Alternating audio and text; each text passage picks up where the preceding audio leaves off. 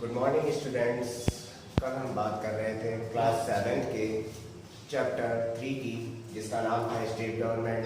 कल हमने बात की थी कि यूनियन टेरिटरी इंडिया एक यूनियन कंट्री है और इस यूनियन कंट्री के अंदर आप देखेंगे स्टेट गवर्नमेंट के भी अपने फंक्शन होते हैं, जैसे सेंट्रल गवर्नमेंट के होते हैं। तो कल हमने स्टेट लेजिस्लेचर और स्टेट असेंबली की बात की थी। तो यहाँ पर हम देखेंगे कि किस तरीके से स्टेट लेजिस्लेचर वर्क करता है। तो यहाँ पर सबसे पहले बात करते हैं कि स्टेट लेजिस्लेचर में जो सेशन आयोजित किए जाते हैं स्टेट लेजिस्लेचर के अंतर्गत, वो अगर हम देखें तो जो सेशन होते हैं वो 2 बार साल के अंदर बुलाए जाते हैं, यानी ट्वाइस इन अ ईयर। और हर एक स्टेट लेजिस्लेचर में जो सेशन आयोजित किए जाते हैं उनमें 6 मंथ का गैप होना चाहिए। और गवर्नर जो होता है, अगर देखता है कि स्टेट लेजिस्लेचर विधानसभा या दोनों हाउसेस में अगर सेशन आयोजित किए जा रहे हैं तो प्रॉपरली हो रहे हैं या नहीं, और इलेक्शन होने के बाद में, हर एक जनरल इलेक्शन होने के बाद में पहला जो सेशन होना चाहिए वो 6 मंथ के अंदर हो जाना चाहिए। अब अगर आगे हम बात करें तो जो पॉलिसी होती है गवर्नमेंट की, यहाँ पर देखा जाए स्टेट लेजिस्लेचर के अंदर डिस्कस की जाती हैं सारी चीज़ों के बारे में, चाहे वो आपके बिल हो, कैसे कोई बिल लॉ बनता है, किस तरीके से कोई बिल जो है वो कानून का रूप लेता है, यहाँ पर डिस्कशन होता है, उस सारे बारे में हम बात करेंगे। तो सबसे पहले हम बात कर लेते हैं कि बिल जो है वो कोई लॉ बनता है उससे पहले की प्रोसेस क्या होती है, क्योंकि बिल का लॉ बनना इतना आसान नहीं होता। लेकिन यहाँ पर हम देखेंगे कि जो स्टेट लेजिस्लेचर होते हैं वहाँ पर 3 तरीके के फंक्शन, जब सेशन बुलाए जाते हैं तो 3 तरीके के फंक्शन जो होते हैं उन पर चर्चा की जाती है। वो फंक्शन आपको मैं बता रहा हूँ। वो फंक्शन है आपके, सबसे पहला है लेजिस्लेटिव, जिसमें बिल वगैरह पास किए जाते हैं, बनाए जाते हैं। दूसरा है आपका एडमिनिस्ट्रेटिव, एग्जीक्यूटिव में आपको प्रशासन व्यवस्था जो होती है उसके लिए कानून वगैरह पर डिस्कशन किया जाता है। तीसरा होता है फाइनेंशियल मैटर्स पर जो होता है वो डिस्कशन किया जाता है।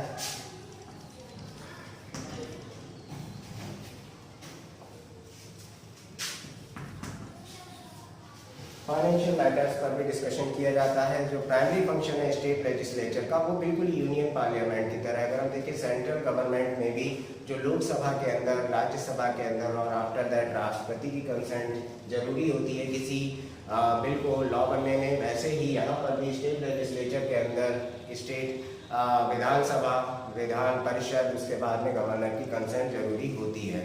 तो यहाँ पर भी जो लॉ बनाए जाते हैं वो लॉ बनाए जाते हैं स्टेट गवर्नमेंट में स्टेट लिस्ट और कॉन्करेंट लिस्ट के बेसिस पर। हम पहले भी पढ़ चुके हैं कि लिस्ट जो होती है हमारे कॉन्स्टिट्यूशन में 3 तरीके की दी गई हैं।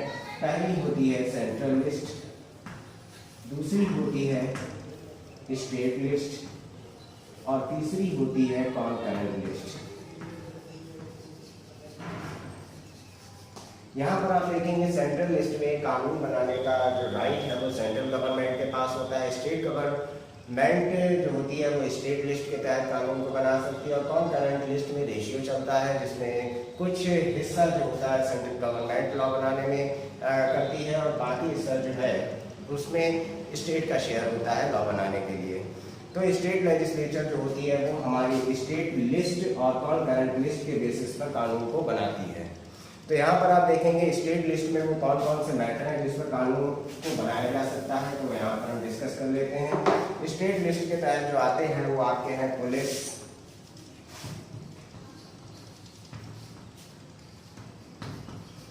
हेल्थ और इसके अलावा ट्रांसपोर्ट भी शामिल है। बहुत सारे मैटर्स जो है वो शामिल है। स्टेट लिस्ट के तहत कानून इन पर बनाया जा सकता है। अगर हम कॉन्करेंट लिस्ट की बात करें तो कॉन्करेंट लिस्ट में आप देखेंगे कि किन किन सब्जेक्ट्स पर कानून को बनाया जा सकता है। तो वो है आपका एजुकेशन,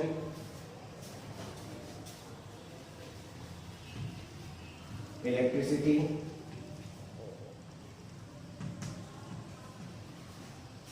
तो इलेक्ट्रिसिटी, फॉरेस्ट, इन सारी चीज़ों पर जो है कॉन्करेंट लिस्ट के तहत कानून को बनाया जा सकता है।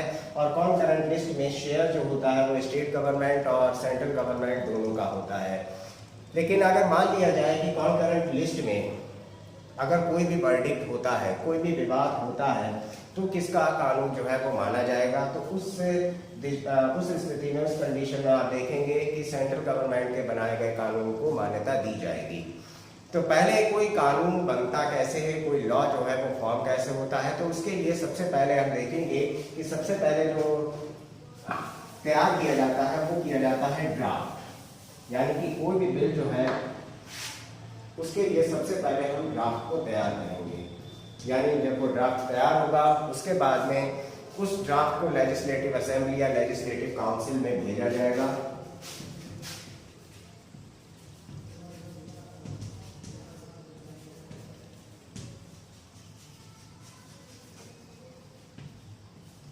और लेजिस्लेटिव काउंसिल में भेजा जाएगा। उसके बाद में देखेंगे कि वो बिल जो होता है, वो ड्राफ्ट जो होता है, जब लेजिस्लेटिव असेंबली या लेजिस्लेटिव काउंसिल में जाता है तो वो एक बिल के रूप में होता है। उसके बाद में ये बिल जो होता है, इस बिल की भी बात कर लेते हैं। जो हमारा बिल होता है वो 2 तरीके के होते हैं। एक बिल जो होता है आपका होता है ऑर्डिनरी बिल, इसको मैं यहाँ पर लिख देता हूँ। बिल जो होते हैं 2 तरीके के होते हैं। एक होता है आपका ऑर्डिनरी बिल,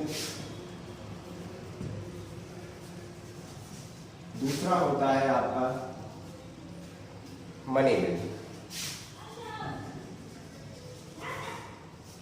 तो अगर हम बात करें स्टेट ऑर्डिनरी बिल और मनी बिल की, तो ऑर्डिनरी बिल का रिलेशन जो है वो सिर्फ आपके एडमिनिस्ट्रेशन से रिलेटेड है। यानी यहाँ पर सिर्फ एडमिनिस्ट्रेशन, यानी कि किसी भी राज्य की प्रशासनिक व्यवस्था जो है वो कैसी है, इसके बारे में हम डिस्कस करते हैं। इसके बारे में वहाँ पर चर्चा होती है और वो बिल जो है वो कानून का रूप लेता है। तो ऑर्डिनरी बिल जो होता है, यानी कि साधारण बिल इसे हिंदी में कहते हैं, तो साधारण बिल पहले लेजिस्लेटिव असेंबली में जाता है। उसके बाद में इसको लेजिस्लेटिव असेंबली में पास होने के बाद में इसको लेजिस्लेटिव काउंसिल में भेज दिया जाता है, जहाँ पर वहाँ कंसेंट इसकी बहुत जरूरी होती है। जो ऑर्डिनरी बिल होता है ये दोनों हाउसेस में पास होना बहुत जरूरी है। यानी कि ये ऑर्डिनरी बिल जो है दोनों हाउसेस में, यानी लेजिस्लेटिव असेंबली और लेजिस्लेटिव काउंसिल में पास होना बहुत ज़्यादा जरूरी है। अगर इन केस मान लीजिए कि लेजिस्लेटिव असेंबली में वो पास हो गया लेकिन लेजिस्लेटिव काउंसिल में नहीं पास हुआ, तो वो बिल जो होता है वो वापस लौट के आएगा लेजिस्लेटिव असेंबली के पास। तो फिलहाल हम आगे बढ़ते हैं। यहाँ पर कहा गया है कि लेजिस्लेटिव काउंसिल जो है उसे अपने पास, यानी लेजिस्लेटिव असेंबली में वो बिल पास हो गया, उसके बाद लेजिस्लेटिव काउंसिल में वो 3 महीने तक वो बिल रखा रह सकता है। क्योंकि 3 महीने तक अगर मान लीजिए कोई और काम है लेजिस्लेटिव काउंसिल के अंदर, तो वहाँ पर उस 3 महीने तक का टाइम दिया जाता है कि वो उस बिल पर चर्चा करे, उसको पास करे। अगर 3 महीने तक वो चर्चा नहीं करते हैं या उसको पास नहीं करते हैं, तो फिर से वो बिल जो है लेजिस्लेटिव असेंबली में लौट के आ जाता है। अगर हम बात करें लेजिस्लेटिव असेंबली में जब अगर वो बिल लौट के आ जाता है तो फिर उस बिल पर चर्चा होती है, फिर उसे वो लेजिस्लेटिव काउंसिल में भेजा जाता है। अगर लेजिस्लेटिव काउंसिल में वो बिल पास हो गया, उसके बाद में गवर्नर की कंसेंट जो होती है वो बहुत ज़रूरी होती है। और गवर्नर की कंसेंट के बाद में ही जो होता है वो बिल जो होता है वो कानून का रूप लेता है। यहाँ पर आगे हम देखेंगे कि जो मनी बिल होता है, मनी बिल में क्या होता है कि यहाँ पर मनी बिल जो रिलेट होता है ये सरकार के खर्चों से रिलेट होता है, टैक्सेस से रिलेट होता है। यहाँ पर टैक्सेस से रिलेटेड बिल जो होते हैं वो बनाए जाते हैं। यहाँ पर किसी भी टैक्स को इन्वेंट करना है या किसी टैक्स का एवोल्यूशन करना है, वो उस पर चर्चा की जाती है। तो यहाँ पर गवर्नर की रिकमेंडेशन पर कोई बिल जो होता है वो तैयार किया जाता है। स्पीकर ऑफ विधानसभा जो होते हैं वो सर्टिफाइड करते हैं, यानी कि सबसे पहले कोई बिल मनी बिल है उसके लिए गवर्नर की कंसेंट बहुत जरूरी है। और फिर वो चेयरमैन, यानी कि आप देखेंगे कि वो लेजिस्लेटिव असेंबली में जाएगा तो वहाँ पर ये सर्टिफाइड करना बहुत जरूरी होता है कि वो बिल है, मनी बिल है भी या नहीं है। इसके बाद में मनी बिल जो होता है लेजिस्लेटिव असेंबली या यूँ कहें कि विधानसभा में आता है। उसके बाद में 14 दिन के अंदर उस बिल पर चर्चा की जाती है, उसको पास किया जाता है। उसके बाद में जब ये बिल मनी बिल विधानसभा में पास हो जाता है, फिर ये गवर्नर की कंसेंट के लिए लेजिस्लेटिव काउंसिल में भेजा जाता है। फिर गवर्नर की कंसेंट के लिए इसको भेजा जाता है। अगर गवर्नर इसको पास कर देता है तो ये मनी बिल जो है वो लॉ का रूप ले लेगा। ठीक है, यानी कि अगर आप देखें कि सेम रूल जो आप देखेंगे उसके लिए है, वही सेम रूल जो है वो इसके लिए है, बस वहां पर टाइम बाउंडेशन अलग है और यहाँ पर टाइम बाउंडेशन अलग है। गवर्नर जो होता है किसी ऑर्डिनेंस को हिंदी में हम कहते हैं अध्यादेश। कभी भी गवर्नर जो होता है किसी भी ऑर्डिनेंस को जो कि स्टेट सब्जेक्ट से रिलेटेड है, उसमें लेजिस्लेचर का सेशन नहीं बुलाएगा। यानी किसी भी ऑर्डिनेंस को, किसी अध्यादेश को पास करना है गवर्नर को, तो वो उसके लिए कोई भी आप देखेंगे कि सेशन नहीं बुलाएगा। ऑर्डिनेंस जो होता है ये फोर्स ऑफ लॉ होता है, ठीक है।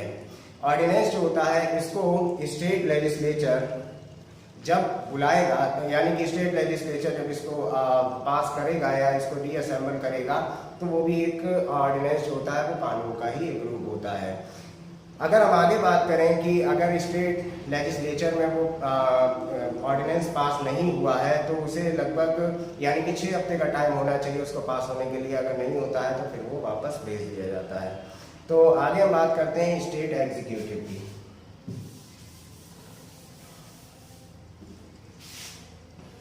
अभी तक हमने बात की थी विधान परिषद, विधानसभा की। अब हम बात कर लेते हैं स्टेट एग्जीक्यूटिव की।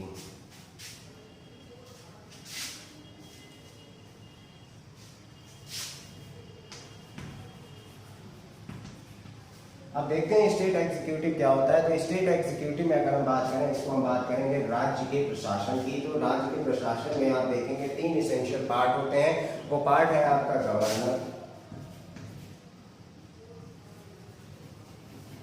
दूसरा है आपका chief minister,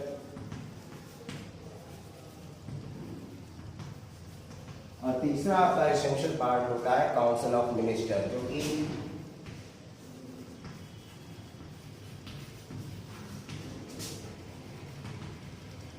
council of minister की अगर हम बात करें तो इनका जो हेड होता है वो होता है चीफ मिनिस्टर। तो गवर्नर की इसमें हम सबसे पहले बात करते हैं, क्योंकि स्टेट एग्जीक्यूटिव में सबसे बड़ा फंक्शन जो माना जाता है वो गवर्नर का माना जाता है। गवर्नर क्या होता है? गवर्नर, याद रखिए, किसी भी स्टेट एग्जीक्यूटिव का हेड होता है या मुखिया होता है, यानी पूरे स्टेट एग्जीक्यूटिव का या कार्यपालिका का जो है वो प्रधान होता है, ठीक है। उसको अपॉइंट किया जाता है प्रेसिडेंट के द्वारा, और वो भी 5 साल के लिए। और ये भारत का नागरिक होना चाहिए, यानी गवर्नर जो है वो भारत का नागरिक हो, और उसकी उम्र जो है वो 35 साल से कम नहीं होनी चाहिए। इसका अपॉइंटमेंट मैं पहले बता चुका हूँ कि प्रेसिडेंट के द्वारा ही किया जाता है। काउंसिल ऑफ मिनिस्टर और चीफ मिनिस्टर्स जो होते हैं वो कोई भी काम जो है, यानी ये दोनों कोई भी काम जो है वो गवर्नर की सलाह पर या एडवाइस पर ही करते हैं। इसके पास कुछ स्पेशल पावर होती है, यानी गवर्नर के पास कुछ स्पेशल पावर होती हैं जो कि वो बिना चीफ मिनिस्टर और काउंसिल ऑफ मिनिस्टर के यूज भी कर सकता है। यानी कि कुछ पावर ऐसी दी हुई होती हैं कि जिसमें वो चीफ मिनिस्टर और काउंसिल ऑफ मिनिस्टर की राय भी नहीं ले सकता, यानी नहीं लेना चाहे तो नहीं ले सकता है, ठीक है। आगे बात करते हैं कि जितने भी गवर्नर होते हैं उनको डिस्चार्ज भी अगर किया जाएगा तो वो कॉन्स्टिट्यूशनल फंक्शन के तहत किया जाएगा। चीफ मिनिस्टर का अपॉइंटमेंट, यानी अगर आप देखें कि कहीं भी अगर इलेक्शन हुए हैं और लेजिस्लेटिव असेंबली में MLA वगैरह चुन के आए हैं, तो किसी भी रूलिंग पार्टी के, अगर हम बात करें रूलिंग पार्टी के, या यूँ कहें कि जितने भी मेजॉरिटी ऑफ मेंबर्स किसी पार्टी के जीते हैं, तो उसमें से वो सारे जो है गवर्नर की कंसर्न लेने जाते हैं कि वो किसी फला व्यक्ति को अपना चीफ मिनिस्टर नियुक्त करना चाहते हैं। तो यानी कि अगर आप देखें कि गवर्नर के पास चीफ मिनिस्टर को भी नियुक्त करने की पावर होती है। और किसी भी बिल पर, अगर हमने पहले बात की है कि कोई भी बिल जो है उसका रिजेक्शन, चाहे वो मनी बिल हो चाहे वो आपका ऑर्डनरी बिल हो, उसका कंसेंट और रिजेक्शन पूरी तरीके से गवर्नर पर बेस्ड होता है। यानी बिना गवर्नर की पावर के कोई भी बिल जो है वो लॉ का रूप नहीं ले सकता है। तो अब हम बात कर लेते हैं कि क्वालिफिकेशंस क्या होती हैं गवर्नर की, क्योंकि पहले गवर्नर की ही बात कर रहे थे, तो गवर्नर की ही बात यहाँ पर देख लेते हैं। गवर्नर की क्वालिफिकेशंस क्या होनी चाहिए? तो क्वालिफिकेशंस ऑफ गवर्नर, तो गवर्नर की क्वालिफिकेशन के लिए हम पहले बात कर चुके हैं कि वो भारत का नागरिक होना चाहिए। इसके अलावा उसकी उम्र जो है वो 35 ईयर से कम नहीं होनी चाहिए। वो किसी भी ऑफिस या प्रॉफिट के पोस्ट पर नहीं होना चाहिए, यानी पहले से ही वो किसी लाभ के पद पर नहीं होना चाहिए। अगर वो किसी लाभ के पद पर है तो उसे वहाँ से उसे रेजिग्नेशन देना होगा, देन आफ्टर वो बन सकता है गवर्नर या फिर वो गवर्नर नहीं बन सकता। इसके अलावा उसको किसी भी स्टेट में या सेंट्रल में या यूँ कहें कि पार्लियामेंट के या किसी भी स्टेट असेंबली के तहत उसे कहीं भी कोई उसके पास MLA या MP की पोस्ट नहीं होनी चाहिए, यानी हर तरीके से देखा जाए गवर्नर किसी भी तरीके के प्रॉफिट के पद पर नहीं हो सकता। अब हम बात करते हैं चीफ मिनिस्टर की। चीफ मिनिस्टर्स क्या होते हैं, चीफ मिनिस्टर्स की पावर क्या होती है। तो हम देख चुके हैं कि गवर्नर जो होता है वो स्टेट एग्जीक्यूटिव का हेड होता है, बट चीफ मिनिस्टर का यहाँ पे क्या रोल है, चीफ मिनिस्टर यहाँ पर क्या कर सकता है उसके बारे में भी हम जानते हैं, हम जानेंगे यहाँ पर क्या कर सकता है। तो चीफ मिनिस्टर होता क्या है, जब भी असेंबली के इलेक्शन होते हैं तो गवर्नर जो होता है मेजॉरिटी पार्टी से ही जो सबकी आम राय से किसी को अपना दल का नेता चुना जाता है उसी को चीफ मिनिस्टर नियुक्त कर सकता है। अगर किसी पार्टी के पास क्लियर मेजॉरिटी नहीं है या बहुत सारी पार्टी जो है गठबंधन या कोलिशन गवर्नमेंट बनाना चाहती हैं तो सबकी सम्मति होनी चाहिए किसी एक व्यक्ति को अपना नेता चुनने की। तो अगर वो ऐसा करते हैं कि जब सारी पार्टियां गठबंधन करके या कोलिशन करके किसी एक व्यक्ति को अपना नेता चुनते हैं तो उसमें भी गवर्नर जो होता है अपना कंसेंट देगा, गवर्नर अपनी सहमति देगा, उसके बाद में उस व्यक्ति को चीफ मिनिस्टर चुना जा सकता है। तो यानी चीफ मिनिस्टर के लिए दो कंडीशन है कि मेजॉरिटी ऑफ पार्टी होनी चाहिए किसी एक पार्टी के पास में, या अगर मेजॉरिटी नहीं है किसी पार्टी के पास में तो वो कोलिशन यानी गठबंधन करते हैं, उसके बाद में वो अपना सर्वसम्मति से किसी को नेता चुनते हैं, तब वो अपना चीफ मिनिस्टर अपॉइंट कर सकते हैं। तो चीफ मिनिस्टर जो होता है वो स्टेट का हेड होता है। इसके बाद में हम बात करते हैं कि चीफ मिनिस्टर के मेन फंक्शन होते क्या हैं किसी स्टेट के अंदर। तो चीफ मिनिस्टर जो होता है वो कैबिनेट की मीटिंग बुला सकता है, पूरे एडमिनिस्ट्रेशन को, जितने भी डिपार्टमेंट एडमिनिस्ट्रेशन से रिलेटेड है उनकी मीटिंग बुला सकता है, उनको डायरेक्शन कर सकता है। इसके अलावा किसी भी तरीके के डिफरेंस किसी मिनिस्टर्स के बीच में है, किसी भी तरीके के डिपार्टमेंट में या मिनिस्ट्री में किसी तरीके की कोई प्रॉब्लम है तो उनको भी सॉर्ट आउट कर सकता है मीटिंग बुलाकर। इसके अलावा कोई भी बजट फाइनेंस मिनिस्टर जो प्रिपेयर करता है तो कैबिनेट जो फाइनेंस मिनिस्टर बजट पेश करेगा तो कैबिनेट जो होती है जो मीटिंग बुलाई जाती है वहाँ पर सभी की सहमति से चीफ मिनिस्टर जो होता है सभी काउंसिल ऑफ मिनिस्टर की सहमति से उस बजट के बिल को जो बजट से रिलेटेड बिल है उस पर अपनी कंसर्न देता है। इसके अलावा वो गवर्नमेंट की जो पॉलिसीज़ है जो आम लोगों के लिए, जो आम लोगों के लाभ के लिए बनाई जानी जरूरी हैं तो उसमें भी वो अपना रोल प्ले करता है। इसके अलावा अगर हम बात करें तो state legislature council of minister और गवर्नर के बीच एक वो ब्रिज का काम करता है, यानी state legislature council of minister और गवर्नर के बीच जो है एक ब्रिज का एक लिंक का काम करेगा। तो यानी काउंसिल ऑफ मिनिस्टर्स भी यहाँ पर बहुत बड़ा रोल रखते हैं। तो काउंसिल ऑफ मिनिस्टर्स होते क्या हैं, तो काउंसिल ऑफ मिनिस्टर्स के बारे में भी हम यहाँ पर थोड़ी सी चर्चा कर लेते हैं। काउंसिल ऑफ मिनिस्टर्स का बहुत बड़ा रोल यहाँ पर होता है।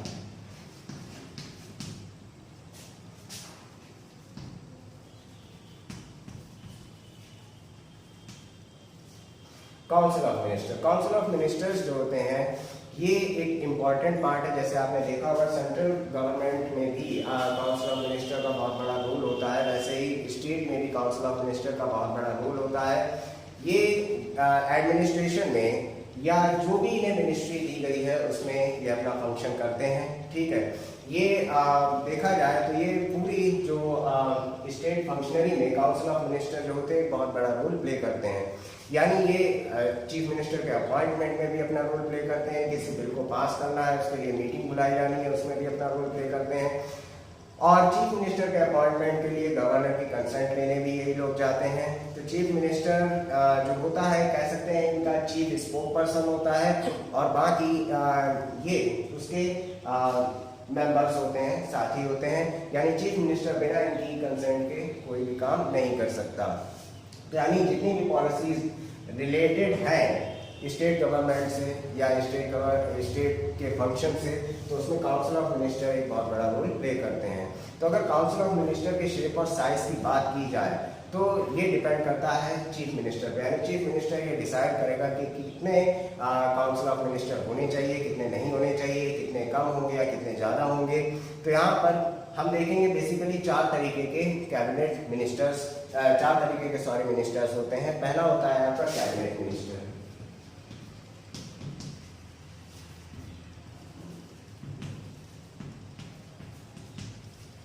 कैबिनेट मिनिस्टर का क्या रोल होता है? ये सीनियर और एक्सपीरियंस्ड लोग होते हैं, यानी सीनियर और एक्सपीरियंस जो लीडर होते हैं पार्टी के, उनको कैबिनेट मिनिस्टर बनाया जाता है, यानी जिन्हें कुछ एक्सपीरियंस होना चाहिए, जो सीनियर होने चाहिए। ये ज़्यादातर एडमिनिस्ट्रेटिव डिपार्टमेंट को इंडिपेंडेंटली देखने के लिए एलिजिबल होते हैं। इसके अलावा दूसरा जो हम बात करेंगे वो है हमारा मिनिस्टर ऑफ स्टेट।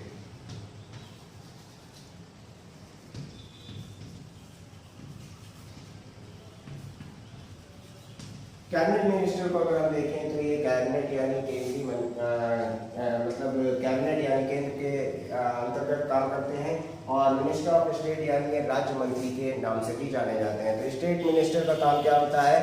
ये मिड लेवल पर पार्टी लीडर होते हैं, यानी यहाँ पर ये एक्सपीरियंस होने चाहिए, सीनियर होने चाहिए, और मिनिस्टर ऑफ स्टेट जो होते हैं ये मिड लेवल पर पार्टी के अंदर चुने जाते हैं, और ये भी कैबिनेट मिनिस्टर के असिस्टेंट के तौर पे काम करते हैं। और तीसरा जो हमारा है वो है डेप्यूटी मिनिस्टर,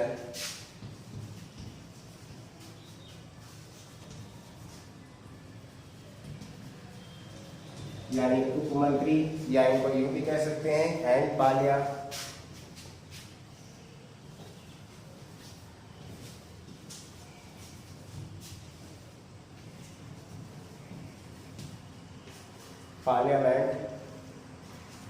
सेक्रेटरी।